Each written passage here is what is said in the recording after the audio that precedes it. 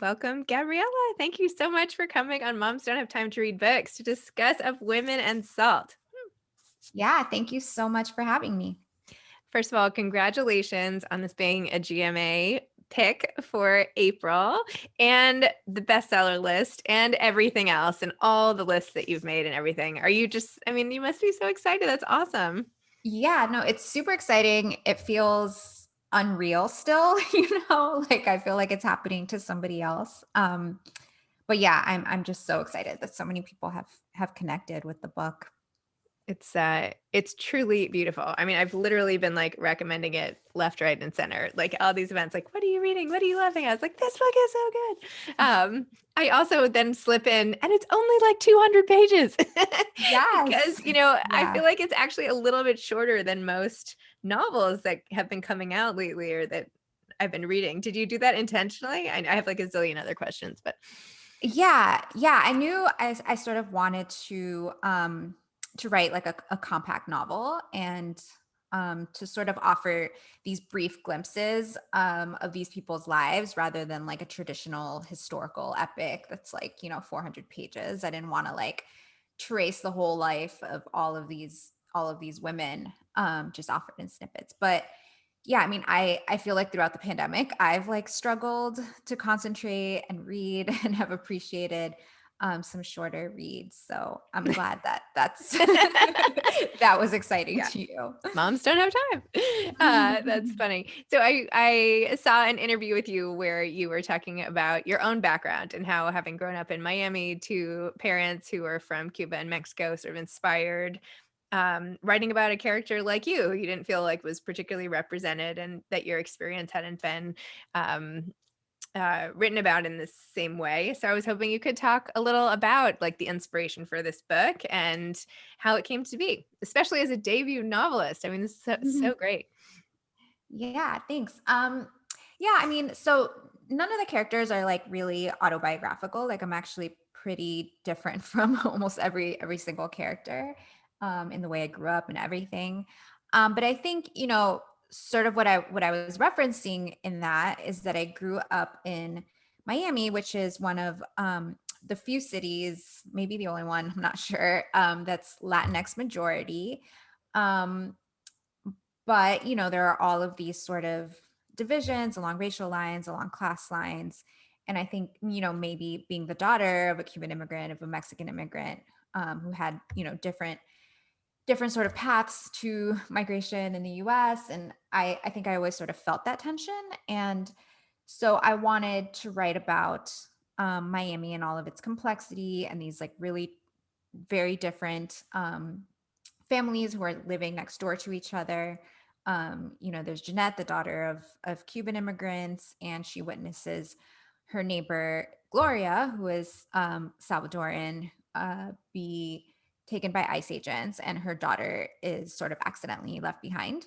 And so that's sort of the catalyst that brings these two families together. But yeah, I think I was sort of interested in mining some of that complexity in Miami.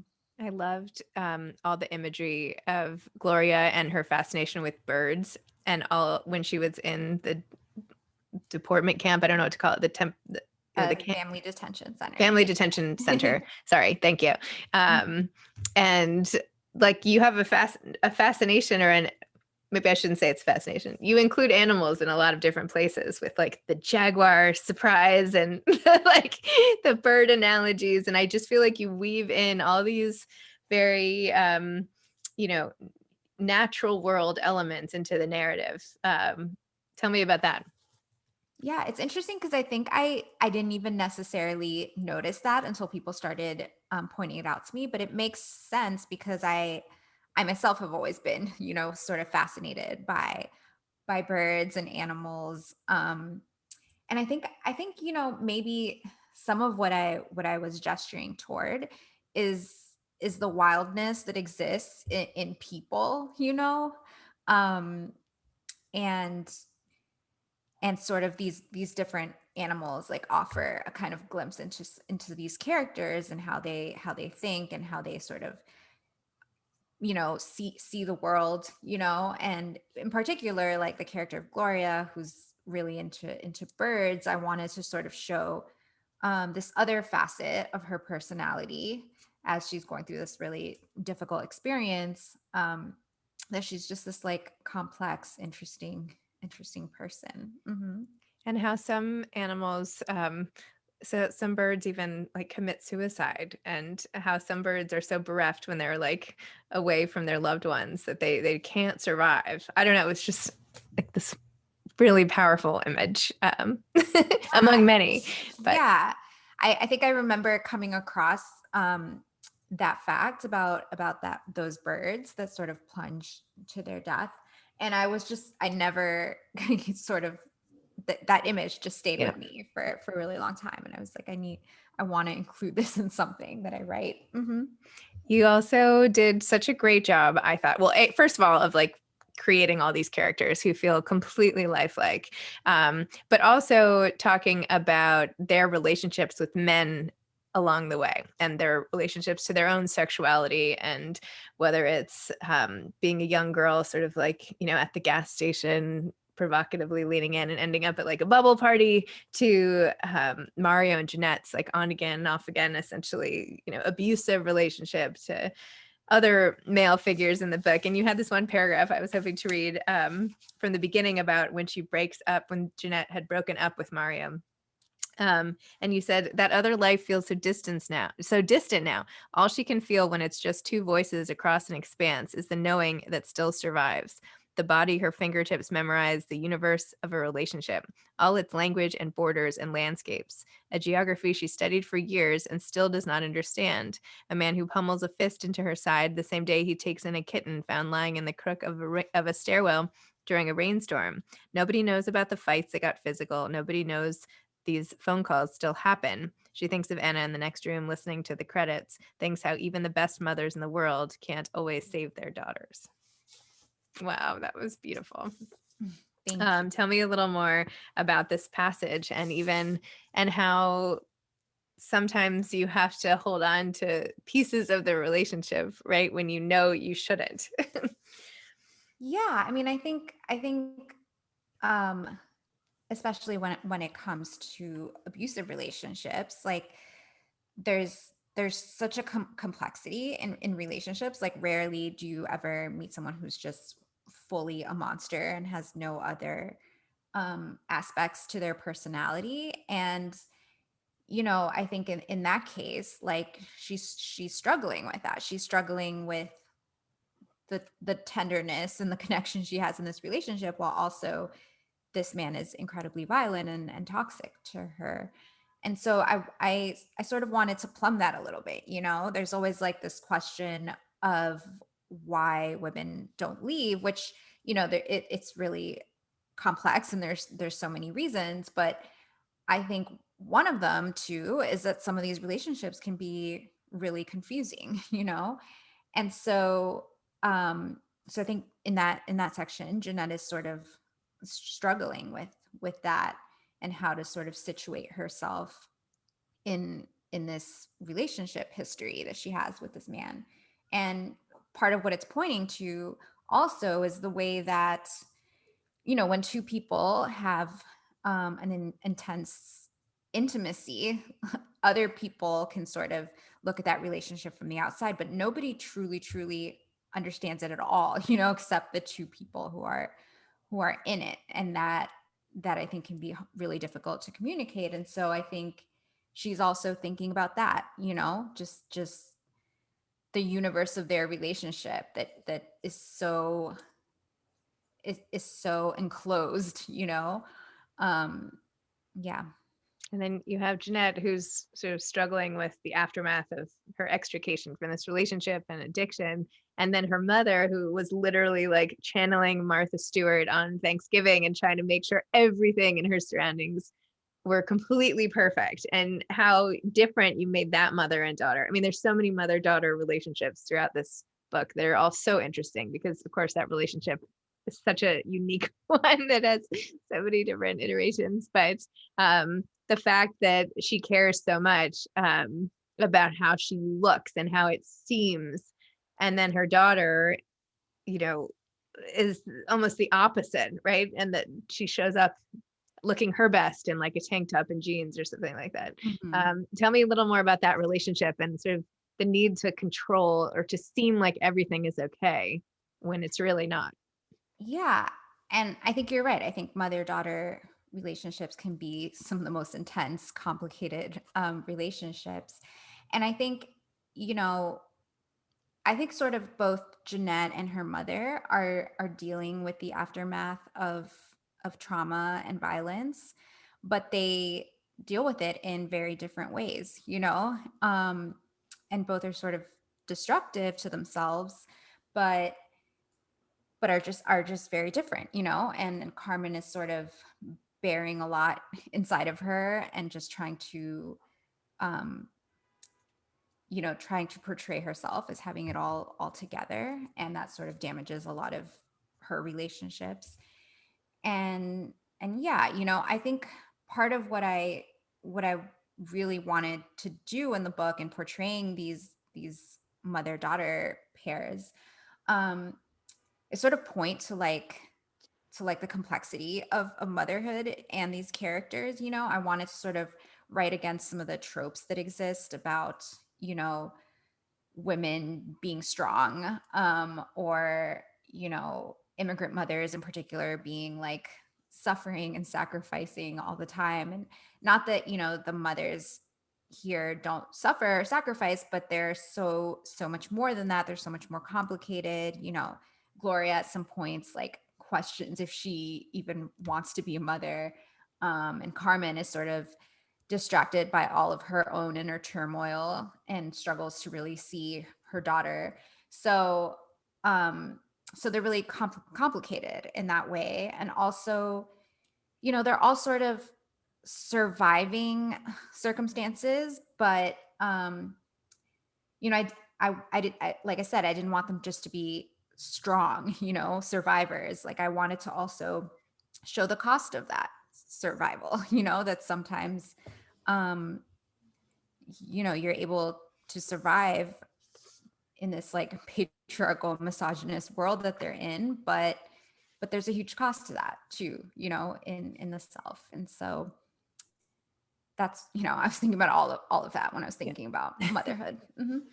Um, I got the chills when Jeanette found, I hope this I'm not giving, I mean, when she found the book that said force written in the margin, oh Hmm. my God, like what a moment. Like, especially because like all your scenes, it was so, they're all just so visual. Like you can feel like the dust when the car breaks down in the village, right? You can like hear the creaks of the porch with the grandmother and her like sleeveless dress and like I don't know, you just like have all these moments that are so amazing, and then to discover these ancient books and of course have the first thought be like, well, could I sell an old book like this, Hmm. but this notion across centuries or over centuries and across generations of force and how people get through things. um, is that like one of the takeaways, not to like encapsulate your book in just like one thing, but just that our force, like our will to survive, essentially. Yeah, I mean, I think there's so many different ways of thinking about that word force, and I think maybe that's why I was drawn to that phrase, in these letters from Victor Hugo to Cuban workers. I think there's that. There's like what you said, like the force, the will to survive. There's also the way there are like historical forces, at play that sort of pass through the generations. There are the ways that some of these women are sort of forced into circumstances where they have to sort of fight for agency. So I think there's so many different ways of sort of looking at that phrase. And so I was sort of drawn to that kind of ambiguity and the fact that it can mean all of these different things that are at play in the novel. So, Gabriella, tell me how you became this amazing novelist. I know you have an MFA, but like, how did this start? Did you always know you wanted to be a writer? Did you always write fiction? Like, how did we get here? Yeah, so I have always loved writing since I was a little girl. Like before I could even write, I used to tell stories to my mom. I would like dictate them and she would write them down. So I feel like I've been, you know, writing fiction and poetry and everything all my life. But it's not something that I sort of pursued seriously until, like a good 10 years after graduating from undergrad. And I didn't study creative writing in undergrad. I never took a workshop actually until my MFA. I had many different jobs, in music and magazines. Eventually, I became an organizer working for feminist organizations and migrant justice organizations, and I was doing writing in all of these jobs, but not, creatively. And then I just got to a point where I really wanted to take my fiction seriously. And I thought, I'll apply to these programs that I'm really interested in. And if I don't get in, like I'll just, continue down this path. And if I do, like I'll dedicate myself to really pursuing this. And so I was really excited to get into, one of the programs that I was really excited about at Purdue. And yeah, the novel sort of really came together in those 3 years of my MFA. Mhm. And what are you working on another novel now, or what are you up to now? Yeah, I haven't started on a novel. Like I do want to write another one, but right now I'm mostly writing poetry, mostly working on short stories. Yeah. hmm Did you ever conceive of this book as short stories? Was it ever like short stories about some of these women? Yeah. So I sort of knew when I started that I didn't want to write a kind of chronological linear storyline. But I wasn't entirely sure of how I wanted that structure to work. There was a point where I was like, oh, maybe this is like a linked short story collection, like a novel and stories. And then I started adding in pieces that didn't really work as standalone stories. And at some point, I just gave myself permission to not have to like define exactly what this is. Um, but yeah, that's sort of the backstory behind the structure. So when you're not writing, like what are some of the things you love to do? I so I've been roller skating a lot during the pandemic, like many people. um, I don't know anybody else who's been roller skating during the pandemic. Really? I feel Yeah, like maybe I'm just like hyper aware of it because I started roller skating, but I feel like there are all these roller skating videos and people have really? gotten Oh my into gosh. it. Yeah, yeah. And they sort of like made this impromptu roller rink by my house by the lake. Like it's just like a parking lot and a bunch of people go out there to roller skate. So it's really fun. And yeah, I mean, I read a ton, obviously. Um, I draw a little bit. I like to draw. What else do I do? What kind of books do you like to read? Um, I read, fiction, literary fiction. I read a lot of poetry too. Sometimes I read, nonfiction, memoir stuff. Yeah, I read pretty broadly, I think. And do you still sort of keep your activist hat on? Yeah, I mean, I've done some work with organizations I previously worked with this year, but not in a full-time capacity like I used to do. Just 'cause it's really hard to sort of try to juggle that with all of the writing stuff and the book coming out. But yeah, I've been mostly sort of focused on book stuff. I bet. Mhm. Awesome. Do you have advice for aspiring authors? I think that the thing that's been absolutely most helpful for me has been being part of writing communities. And I think if that's in the form of a MFA, if that's just in the form of like attending more literary events wherever you are, sort of creating that community, I think just writing can be such a solitary pursuit, and being part of a community has just really sustained me, nourished me. So I think that would be my advice, to either find or create those communities. Awesome. Great. Well, thank you so much. Thank you for Yeah, this thank beautiful, you. beautiful book. And I truly loved it. And these characters are going to stay with me for a while. Is this going to be a movie? Did it get optioned yet? I'm sure it has, but Not yet. what? That's crazy. Oh, well, um, even just the image of the cigar factories and Mhm. reading under the amazing. Like I could just go on and on, but I won't bore you. I'm sure you're used Thank to this. you so much. Anyway, Yeah. congratulations. Well done. Awesome. Yeah. I can't wait to see what else you write. Thank you. Okay. Have a great day. Thank you. Okay. Bye-bye.